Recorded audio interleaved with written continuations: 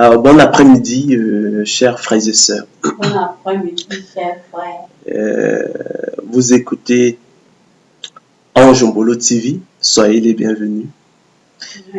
C'est toujours pour moi un réel plaisir de venir à vous, afin qu'ensemble, nous nous rendions au pied du Seigneur pour partager, chers frères et sœurs, le pain de vie, la parole de Dieu, la bonne nouvelle de l'élection de la grâce, la bonne nouvelle de la prédestination des yeux de Dieu au salut.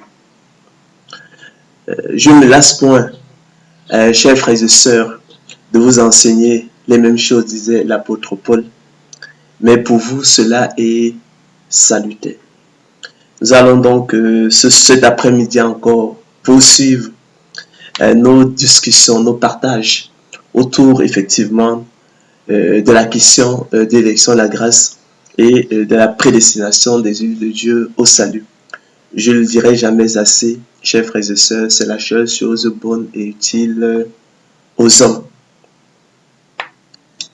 Chacun de vous a ses points d'achoppement, chacun de vous a ses pierres d'achoppement, chacun de vous a ses rochers de scandale. Le Seigneur de gloire Jésus-Christ nous donnera toujours de la sagesse, nous donnera de l'intelligence pour que, effectivement, nous puissions renverser, chers frères et sœurs, tout raisonnement, toute hauteur qui veuille s'opposer à votre appropriation, chers frères et sœurs, élus de Dieu, de votre élection divine. Croyez ainsi, chers frères et sœurs, que la prédestination est votre salut. Sans elle, je l'ai souvent dit, personne, chers frères et sœurs, ne serait sauvé. Ce soir, cet après-midi, chers frères et sœurs, nous allons parler des mérites imaginaires des élus de Dieu dans le salut. Autrement dit, chers frères et sœurs, en matière de salut, s'il y a quelques mérites, s'il y a quelques sujets de se glorifier,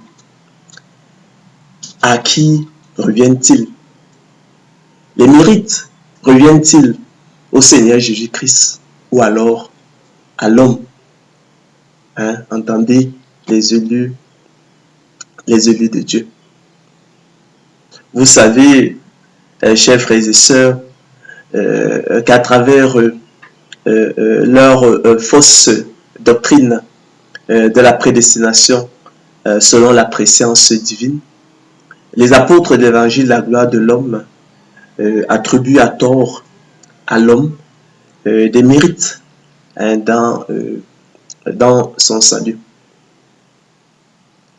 Ils prétendent en effet, chers frères et sœurs, que dans sa préscience, c'est-à-dire sa connaissance infaillible, qu'il a de l'avenir du monde, des hommes et de toutes choses, et cela dans le moindre détail.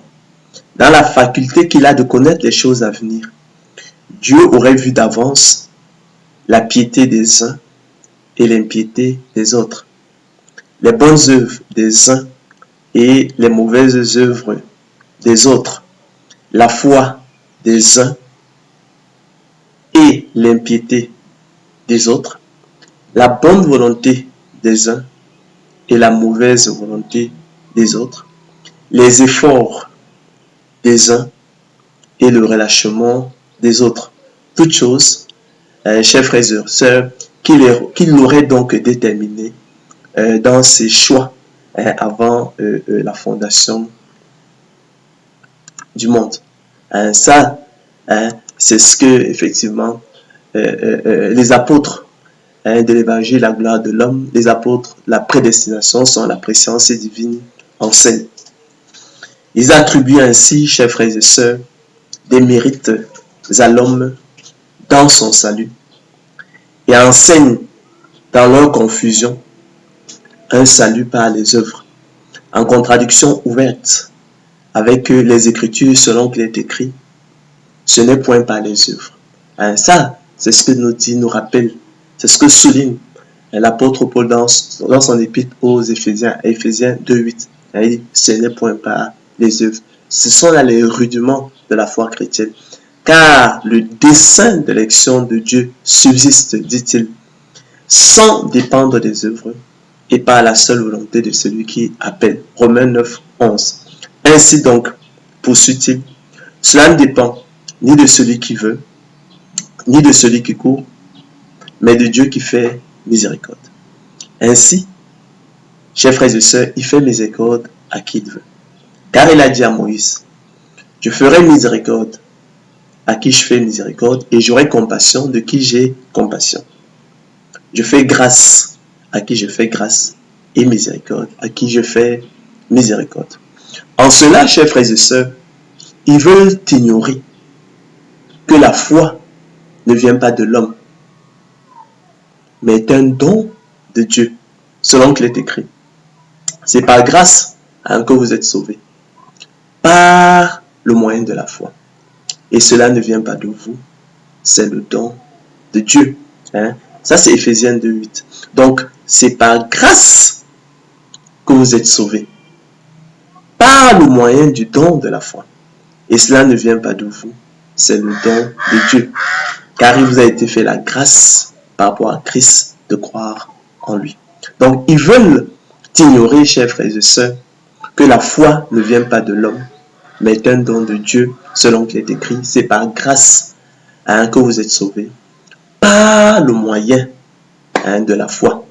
Et cela ne vient pas de vous, c'est le don de Dieu. Donc, c'est par grâce que vous êtes sauvés, par le moyen du don de la foi.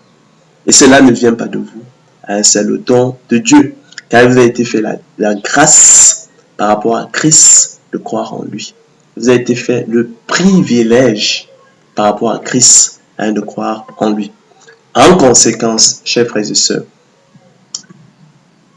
et considérant donc que la foi ne vient pas de l'homme, mais est un don de Dieu, Dieu aurait donc plus précisément vu d'avance, chers frères et sœurs, l'acceptation du don de la foi des uns et le rejet du don de la foi des autres pour se déterminer. Or, chers frères et sœurs, je l'ai souvent posé la question, qu'est-ce que l'acceptation du don de la foi et qu'est-ce que le rejet du don de la foi? L'acceptation du don de la foi, chers frères et sœurs, n'est rien d'autre que l'obéissance à Dieu. De même que le rejet du don de la foi n'est rien d'autre que la désobéissance à Dieu. Or, qu'est-ce que l'obéissance à Dieu et qu'est-ce que la désobéissance à Dieu? L'obéissance à Dieu n'est rien d'autre que le bien, tandis que la désobéissance à Dieu n'est rien d'autre que le mal. Or, qu'est-ce que le bien et qu'est-ce que le mal? Si ce ne sont les œuvres selon qu'il est écrit. Et de plus, il en fut ainsi de Rebecca, qui conçut du sein d'Isaac, notre père. Car, quoique les enfants ne fussent pas encore nés, et qu'ils n'eussent fait ni bien ni mal, afin que le dessein d'élection de Dieu subsistât, sans dépendre des œuvres, c'est-à-dire du bien ou du mal que les enfants auraient fait, et par la seule volonté de celui qui appelle, il fut dit à Rebecca, l'aîné sera assujetti au plus jeune, selon qu'il est écrit, j'ai aimé Jacob et j'ai haï Ésaü. Ainsi, chers frères et sœurs, ils veulent être docteurs de la loi, et ils ne comprennent ni ce qu'ils disent, ni ce qu'ils affirment. Ils n'ignoreront pas que la loi est bonne, écrit l'apôtre Paul à Timothée. Pourvu qu'on en fasse un usage légitime, dit-il, sachant bien que la loi n'est pas faite pour le juste, mais pour les méchants et les rebelles, les impies et les pécheurs, les irréligieux, les profanes, les parricides, les meurtriers, les impudiques, les infâmes, les voleurs d'hommes, les menteurs, les parjures, et tout ce qui est contraire à la saine doctrine, conformément à l'évangile, la gloire de Dieu bienheureux. Évangile, écrit l'apôtre Paul, qui m'a été confié. Ainsi, chers frères et sœurs, sans s'en rendre compte, ils enseignent donc un salut par les œuvres. Hein? Ils enseignent des hérésies. Parce que, en regardant aux bonnes œuvres, en regardant à l'acceptation et au rejet du don de la foi. Parce que nous avons dit que, en fait, la foi ne vient pas de l'homme, mais c'est un don de Dieu, selon qu'il est écrit. C'est par grâce que vous êtes sauvés par le moyen de la foi. Et cela ne vient pas de vous, c'est le don de Dieu. Donc c'est par grâce que vous êtes sauvés par le moyen du don de la foi. Et cela ne vient pas de vous, c'est le don de Dieu. Selon qu'il est écrit, vous avez été fait la grâce par rapport à Christ de croire en lui. Par conséquent, en regardant donc à la foi, mais plus précisément, à l'acceptation et au rejet du don de la foi. Parce qu'en fait, nous avons vu que c'est ce dont il est question. Donc, en regardant, chers frères et sœurs, à la foi ou à l'impiété, à la foi des uns, à l'impiété des autres, ou plus précisément, à l'acceptation du don de la foi des uns et au rejet du don de la foi des autres. On est en train de dire simplement que Dieu regarde en fait à l'obéissance des uns et à la désobéissance des autres. On est en train de dire que Dieu regarde au bien et au mal des autres. On est en train de dire que Dieu regarde aux œuvres. On enseigne sans forcément s'en rendre compte un salut par les œuvres. Et ça, c'est une hérésie. Selon qu'il est écrit, ce n'est point par les œuvres. D'accord? C'est par grâce que vous êtes sauvés, par le moyen du don de la foi. Et cela ne vient pas de vous, c'est le don de Dieu. Car il a été fait la grâce par rapport à Christ de croire en lui. D'accord? Oui. Ok. Donc, ils enseignent sans forcément, j'imagine, s'en rendre compte, un salut par les œuvres. On est en plein dans l'hérésie. Nous avons vu que lorsqu'on prétend que Dieu a regardé à la foi et à l'impiété, ou à la foi des uns, à l'impiété des autres, la foi ne venant pas en fait de l'homme étant un don de Dieu, ça veut en fait plus précisément dire qu'il a regardé à l'acceptation du don de la foi et au rejet du don de la foi. Il a regardé à l'acceptation du don de la foi des uns et au rejet du don de la foi des autres. L'acceptation du don de la foi, on a dit que c'était l'obéissance. Le rejet du don de la foi, c'était la désobéissance. Or, l'obéissance à Dieu, c'est ce qu'on appelle le bien. La désobéissance à Dieu, c'est ce qu'on appelle le mal. Or, le mal et le bien, ce n'est rien d'autre que les œuvres. Selon qu'il est écrit, nous l'avons vu à travers l'élection de Jacob et le rejet d'Ésaü, relaté effectivement dans Romains 9, 10 à 13, selon qu'il est écrit. Et de plus, il en fut ainsi de Rebecca, qui conçut du seul Isaac, notre père. Car quoique les enfants ne fussent pas encore nés, et qu'il ne fait ni bien ni mal, afin que le dessein d'élection de Dieu subsistât sans dépendre des œuvres, dans le bien, le mal que les enfants auraient fait. Il fut dit à Rebecca, l'aîné sera assujetti au plus jeune, selon que j'ai aimé Jacob et j'ai haï Ésaü. Qu'est-ce qui te distingue, ma sœur? Qu'as-tu que tu n'aies reçu? Et si tu l'as reçu, pourquoi te glorifies-tu comme si tu ne l'avais pas reçu? Sommes-nous plus excellents, élus de Dieu, nullement, écrit l'apôtre Paul. La réponse à ces questions rhétoriques est capitale, chers frères et sœurs, pour une compréhension juste et féconde de la doctrine biblique de la prédestination, afin qu'elle ne soit pas comprise de travers, qu'elle ne soit pas comprise à l'envers, qu'elle ne soit pas comprise, qu'elle ne soit pas vidée de sa substance et de son intérêt, avec à la clé une dangereuse régression dans la propre justice, le salut par les œuvres et les mérites, et l'évangile de la gloire de l'homme, se regardant, chers frères et sœurs, plus sages, plus excellents, et s'abusant ainsi eux-mêmes. Alors, qu'est-ce qui te distingue, mon frère? Qu'est-ce qui vous distingue, élus de Dieu? Serait-ce vos bonnes œuvres? Serait-ce tes bonnes œuvres, mon frère? Serait-ce ta propre justice? Serait-ce ton ascèse? Serait-ce ta piété? Serait-ce ta foi? Serait-ce ta volonté? Serait-ce tes efforts ou encore quelque autre mérite personnel? Nullement. Car l'Écriture, nous l'avons souvent dit, enseigne que dans leur mort spirituelle, inhérente au péché originel, tous les hommes sont semblables, identiques du point de vue du péché. Tous, sans exception, et incurablement ennemis de Dieu selon qu'il est écrit. L'homme animal ne reçoit pas les choses de l'Esprit de Dieu. L'homme animal n'accepte pas les choses de l'Esprit de Dieu, car elles sont une folie pour lui. Et il ne peut les connaître, il ne peut les aimer, il ne peut les apprécier parce que c'est spirituellement qu'on en juge. En effet, chers frères et sœurs, écrit l'apôtre Paul, et ça, il ne faut pas l'oublier, il ne faut jamais oublier d'où vous venez.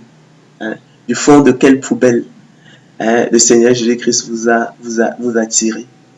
Nous étions, nous aussi, nous étions de leur nombre. Nous tous aussi, avec l'apôtre Paul, nous étions de leur nombre. C'est pourquoi l'apôtre Paul pouvait dire qu'il est le premier des pécheurs.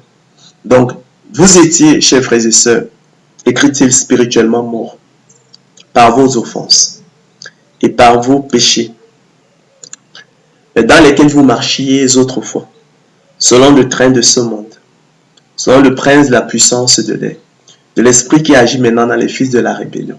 Nous tous aussi, dit-il, nous étions de leur nombre, et nous vivions autrefois selon les convoitises de notre chair, accomplissant les volontés de la chair et de nos pensées, et nous étions par nature, chers frères et sœurs, des enfants de colère, comme les autres.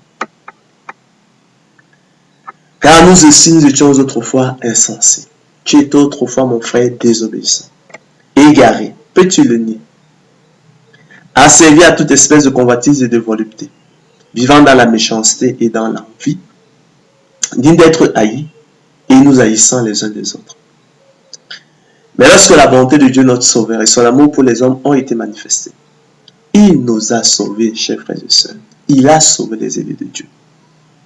Non à cause des œuvres de justice qu'ils auraient faites, mais selon sa miséricorde. Par la nouvelle naissance opérée par le Saint-Esprit qu'il a répandu sur nous avec abondance par Jésus-Christ notre Sauveur, afin que, justifiés par sa grâce, déclarés justes par sa grâce, nous devenions en espérance héritiers de la vie éternelle. Cette parole, dit-il, est certaine, et je veux que tu affirmes ces choses, dit-il à Tite, afin que ceux qui ont cru en Dieu, ceux à qui il a été fait le don de la foi, s'appliquent à pratiquer de bonnes œuvres. Voilà ce qui est bon et utile aux hommes, conclut-il. Mais évite les discussions folles, les généalogies, les querelles, les disputes relatives à la loi, car elles sont vaines et inutiles. Par conséquent, donc, chers frères et sœurs, les élus de Dieu ne sont point plus excellents, provenant, j'aime à le rappeler, et ne prenez pas ça pour une insulte, provenant du fond de la même poubelle dans laquelle gît le monde qui périt, dont il n'était alors point plus sage. Ainsi, chers frères et sœurs, en vérité, il n'y a rien de bon en l'homme animal qui puisse déterminer Dieu à choisir l'un plutôt que l'autre, si ce n'est, chers frères et sœurs, le bon plaisir de sa volonté, selon qu'il est écrit, Dieu nous a sauvés et nous a adressé une sainte vocation, non à cause de nos œuvres, mais selon son propre dessein. Je ne veux pas, frère, que vous ignoriez ce mystère, afin que vous ne gardiez point comme sages, un plus excellent que les reprouvés. Je rappelle que le bon plaisir, c'est la volonté arbitraire, la volonté arbitrairement exprimée, la volonté exprimée par le seul fait qu'elle agrée à celui qui parle en dehors de toute règle. L'adjectif arbitraire signifie qui dépend de la seule volonté, n'est pas lié par l'observation de règles, qui dépend du bon plaisir, on dira aussi discrétionnaire. Et l'adjectif discrétionnaire signifie simplement qui confère à quelqu'un, chers frères et sœurs, la libre décision. Ainsi élu de Dieu, c'est Dieu qui nous distingue, d'accord, par le moyen du don de la foi, selon son propre dessein. Le don de la foi constitue, chers frères et sœurs, la semence de Dieu dans ses élus. Leur privilège exclusif, le déclencheur exclusif du salut et son moteur efficace. Par le moyen du don de la foi, Dieu équipe et outille ses élus pour les rendre aptes et capables, non seulement de discerner quelle est la volonté de Dieu, ce qui est bon, agréable et parfait, mais aussi de la faire efficacement, afin d'accomplir l'esprit de la loi, selon qu'il est écrit, celui qui fait la volonté de Dieu demeure éternellement. Car le Seigneur Jésus-Christ l'a dit, quiconque fait la volonté de Dieu, celui-là est mon frère, ma sœur et ma mère. Les distinguant ainsi, chers frères et sœurs, de l'homme animal, des reprouvés selon qu'il est écrit, mais l'homme animal ne reçoit pas les choses d'esprit de Dieu, mais l'homme animal n'accepte pas les choses d'esprit de Dieu. Pourquoi? Car elles sont une folie pour lui, et il ne peut les connaître, il ne peut les aimer, il ne peut les apprécier, parce que c'est spirituellement qu'on en juge. Vous savez, chers frères et sœurs, que nous servons dans un esprit nouveau, selon l'esprit de la loi et non selon la lettre de la loi qui a vieilli. Car l'esprit de la loi tue, car la lettre de la loi tue, je veux dire, mais l'esprit de la loi vivifie. En sorte que, chers frères et sœurs, nous changeons pour la grâce de Dieu en dissolution. Par le moyen du don de la foi, nous avons vu que Dieu équipe et outille ses élus pour les rendre aptes et capables non seulement de discerner quelle est la volonté de Dieu, ce qui est bon, agréable et parfait, mais aussi de faire justement la volonté de Dieu efficacement afin d'accomplir, et j'ai dit précédemment, la lettre de la loi. Car nous servons, chers frères et sœurs, nous élus, dans un esprit nouveau, selon l'esprit de la loi, et non selon la lettre de la loi qui a vieilli, car la lettre de la loi tue, mais l'esprit de la loi vivifie, en sorte que nous chargeons pour la grâce de Dieu en dissolution. En l'occurrence, par le don de la foi, Dieu rend ses élus capables d'aimer Dieu. Il rend ses élus capables de croire au Seigneur Jésus-Christ, le Sauveur du monde.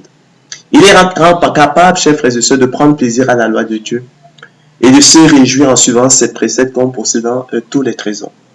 Il est rend capable d'en faire leur délice et leur conseiller. Il les rend capable de rechercher Dieu de tout leur cœur, avec un cœur honnête et bon.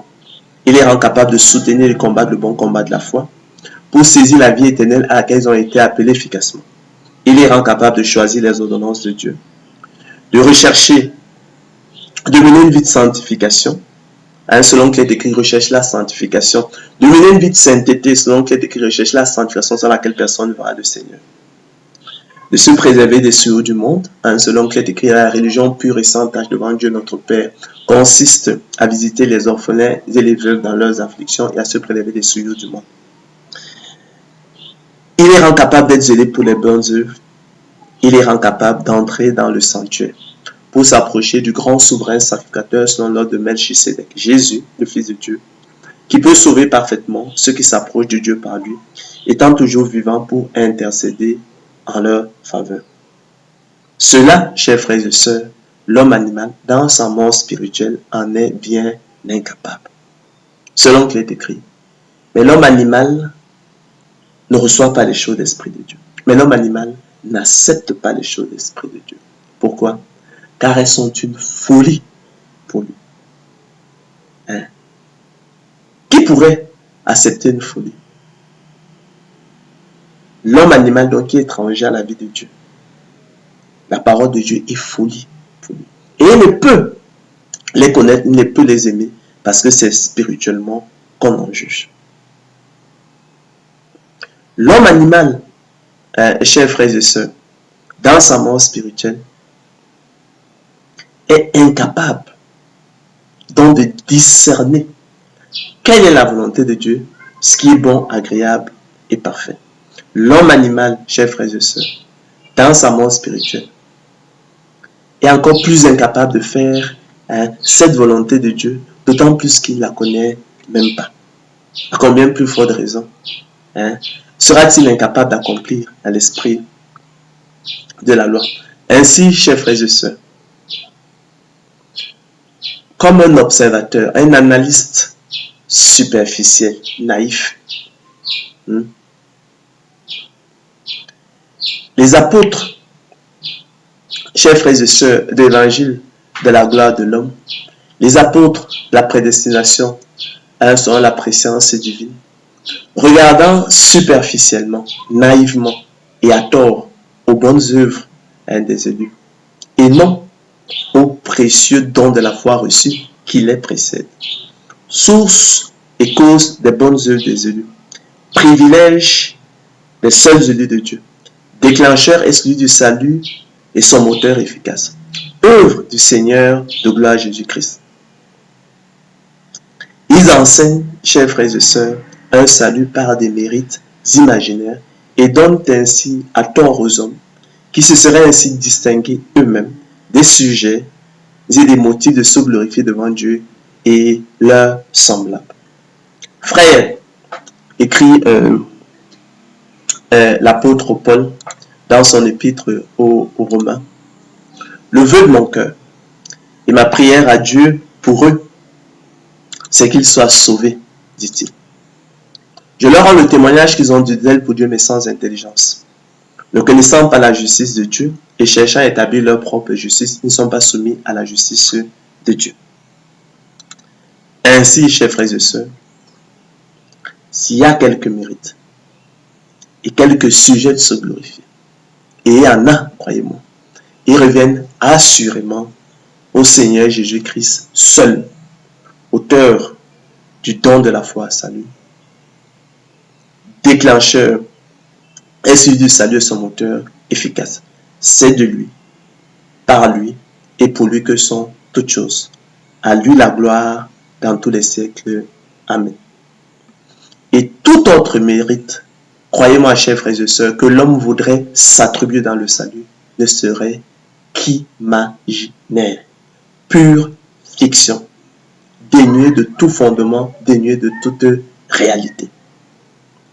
À cet égard, il est hautement significatif, chers frères et sœurs, que tous ceux à qui il a été fait le don de la foi seront sauvés, tandis que tous ceux qui en ont été privés, chers frères et sœurs, périront selon qu'il est écrit.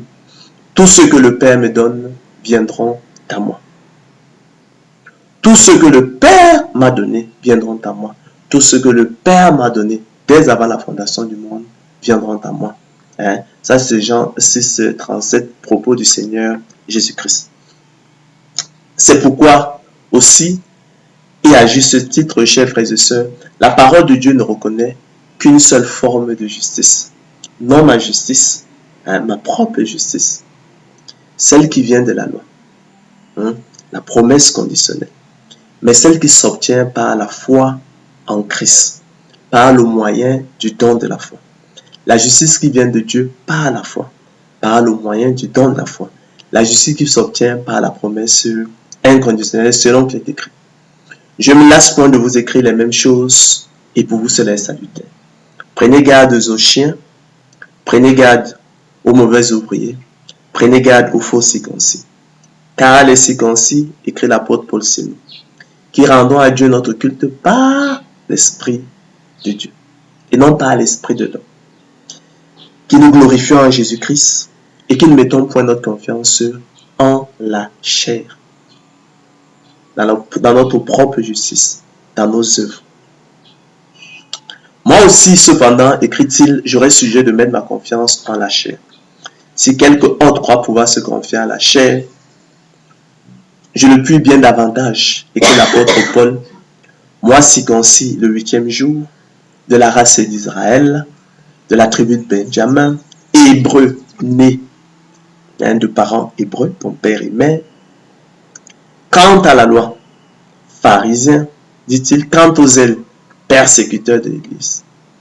Irréprochable, dit-il, à l'égard de la justice de la loi. Vous entendez ça? Irréprochable à l'égard de la justice de la loi. Hein?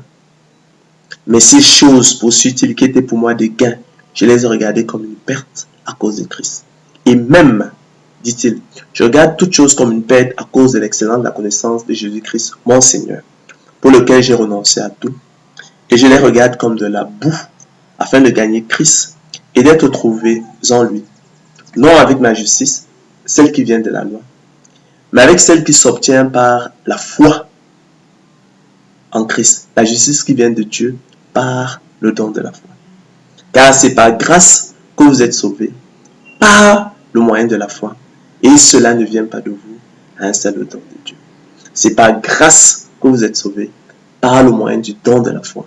Et cela ne vient pas de vous, c'est le don de Dieu. Car il vous a été fait la grâce par rapport à Christ de croire en lui. Vous avez été fait le privilège par rapport à Christ de croire en lui. Vous avez été fait la grâce et le privilège par rapport à Christ de croire en lui.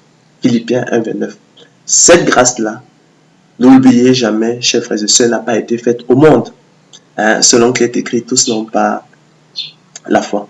Ainsi, chers frères et sœurs, notre capacité, au contraire, vient de Dieu.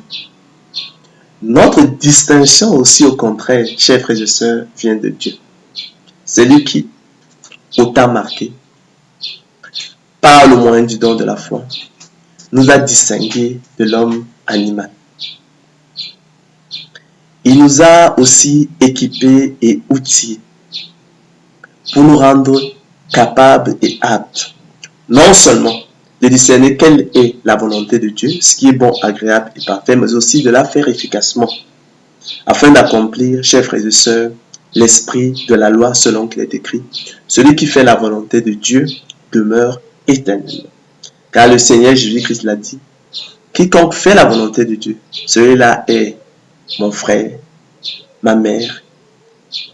Celui-là est mon frère, ma sœur et ma mère. Je ne veux pas, a écrit l'apôtre Paul, je ne veux pas, frère, écrit l'apôtre Paul, que vous ignoriez ce mystère, afin que vous ne regardiez point comme sage, plus excellent. Car, je l'ai dit précédemment, notre capacité, au contraire, chers frères et sœurs, vient de Dieu. Notre distinction aussi, au contraire, vient de Dieu. C'est lui l'auteur du don de la foi. Le don de la foi, qui est le privilège exclusif des élus de Dieu. Le don de la foi, qui est le déclencheur exclusif du salut et son moteur efficace. Et non d'une excellence en nous-mêmes. Par conséquent, tout mérite, chers frères et sœurs, que les apôtres de l'évangile de la gloire de l'homme voudraient attribuer à l'homme dans le salut ne serait qu'imaginaire, pure fiction, dénué de toute réalité, selon qu'il est écrit. Le dessein d'élection de Dieu subsiste sans dépendre des œuvres et par la seule volonté de celui qui appelle. Ainsi donc, cela ne dépend ni de celui qui veut, ni de celui qui court, mais de Dieu qui fait miséricorde. Ainsi, chers frères et sœurs, il fait miséricorde à qui il veut, car il a dit à Moïse, je ferai miséricorde à qui je fais miséricorde et j'aurai compassion de qui j'ai compassion. Je fais grâce à qui je fais grâce et miséricorde à qui je fais miséricorde. Nous sommes donc, chers frères et sœurs, parvenus au thème de notre conférence, qui était donc consacrée aux mérites imaginaires des élus de Dieu dans le salut. Nous avons vu qu'en matière de salut, s'il y a quelques mérites, s'il y a quelques sujets de se glorifier, et il y en a, ils reviennent au Seigneur Jésus-Christ seul. Lui, l'auteur du don de la foi. Le don de la foi, qui est le privilège, le privilège exclusif des élus de Dieu, le déclencheur exclusif du salut et son moteur efficace. Nous avons, de ce point de vue, rappelé qu'il était hautement significatif que tous ceux à qui il a été fait le don de la foi seront sauvés. Et que tous ceux qui en ont été privés périront. Il n'est donc pas étonnant que ce soit ainsi. Seuls ceux à qui il a été fait la grâce par rapport à Christ de croire en lui seront sauvés. Donc seuls ceux à qui il a été fait le don de la foi seront sauvés. Et tous ceux qui en ont été privés, chers frères et sœurs, périront. Donc les élus n'ont aucun mérite dans leur salut. Tous les mérites reviennent au Seigneur Jésus-Christ. Parce que c'est lui qui est l'auteur du don de la foi. Le don de la foi, qui est le privilège des seuls élus, le privilège exclusif des élus de Dieu, le déclencheur exclusif du salut et son moteur efficace. Par le don de la foi, il nous distingue de l'homme animal. Il nous outille, il nous équipe, il nous rend aptes et capables de discerner quelle est la volonté de Dieu, ce qui est bon, agréable et parfait. Et, chers frères et sœurs, de la faire efficacement afin d'accomplir, chers frères et sœurs, l'esprit de la loi selon qu'il est écrit. Celui qui fait la volonté de Dieu demeure éternellement. J'ai dit que nous servons, chers frères et sœurs,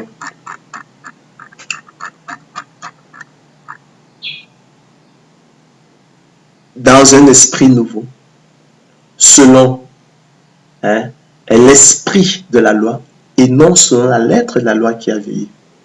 Car la lettre de la loi tue, mais l'esprit de la loi vivifie. En sorte que nous ne changeons point la grâce de Dieu en dissolution. Donc, il est important de bien comprendre ces choses. Lorsqu'on a parfaitement compris ces choses, on comprend que tous ces enseignements qui nous font, tous ces enseignements qui justifient la prédestination selon la préscience divine ne sont que des hérésies, parce que la préscience regarde aux bonnes œuvres. Elle regarde aux bonnes œuvres, elle regarde à l'acceptation et au rejet de la foi. Elle regarde par conséquent donc à l'obéissance et à la désobéissance à Dieu. Elle regarde donc au bien et au mal que l'homme fait ou que l'homme ferait. Elle regarde donc à la réalité, aux œuvres. Or, qu'est-il écrit? Ce n'est point par les œuvres. Donc, s'il y a quelques mérites dans le salut, et il y en a, ils reviennent au Seigneur Jésus-Christ seul. D'accord? C'est pourquoi aussi, ce n'est point par les œuvres. Selon qu'il est écrit, le dessein d'élection de Dieu subsiste sans dépendre des œuvres et par la seule volonté de celui qui appelle. C'est donc ce dont il est question, et il est important effectivement de comprendre toutes ces choses-là. Les élus de Dieu n'ont aucun mérite dans le salut. Les mérites reviennent à l'auteur du don de la foi, à savoir le Seigneur Jésus-Christ, le don de la foi, qui est le privilège des élus de Dieu, le privilège exclusif des élus de Dieu, le déclencheur exclusif du salut et son moteur efficace. S'ils n'ont pas, si on pose, si on reconnaît, si on est d'accord qu'ils n'ont aucun mérite dans le salut, nous ne sommes pas en train de dire qu'ils n'ont pas de responsabilité dans le salut. Au contraire, nous les appelons à persévérer. Ils n'ont aucun mérite, mais ils ont une responsabilité, un rôle capital à jouer dans le salut, mais aucun mérite. En cela, ils sont donc point plus excellents que les reprouvés. Ils sont point plus sages que les reprouvés parce qu'ils proviennent en fait du fond de la même poubelle. Ils sont semblables du point de vue du péché. Il se trouve simplement que le Seigneur Christ leur a fait le don de la foi. Il les a ainsi distingués pour les rendre aptes. Il les a ainsi distingués pour les équiper, pour les outiller, pour les rendre aptes et capables non seulement de discerner quelle est la volonté de Dieu, ce qui est bon, agréable et parfait, mais aussi de la faire efficacement afin d'accomplir effectivement l'esprit de la loi. Cela, il ne l'a pas fait, chers frères et sœurs, pour les réprouver, pour le monde selon le bon plaisir de sa volonté. Donc, c'est ce qu'il faut bien comprendre. Il faut bien comprendre. Donc, nous n'avons aucun mérite dans notre salut, mais nous avons un rôle décisif, une responsabilité capitale, un rôle important à jouer. Mais ça ne nous donne aucun mérite. Les mérites, ils reviennent à l'auteur du don de la foi. Privilège des élus de Dieu, déclencheur du salut et son moteur efficace. Par le moyen du don de la foi, il nous équipe donc. Le Seigneur Christ nous équipe, il nous outille pour nous rendre aptes et capables, chers frères et sœurs, de discerner quelle est la volonté de Dieu, ce qui est bon, agréable et parfait, et de la faire efficacement de façon à accomplir l'esprit de la loi, ce dont est incapable l'homme animal dans sa mort spirituelle. Selon qu'il est écrit, mais l'homme animal n'accepte pas les choses de l'esprit de Dieu, car elles sont une folie pour lui et ne peut les connaître, parce que c'est spirituellement qu'on en juge. C'est ce dont il est donc question. Il est important effectivement de comprendre parfaitement ces choses. Au roi des siècles, immortel, invisible, seul Dieu, soit honneur et gloire au siècle des siècles. Amen.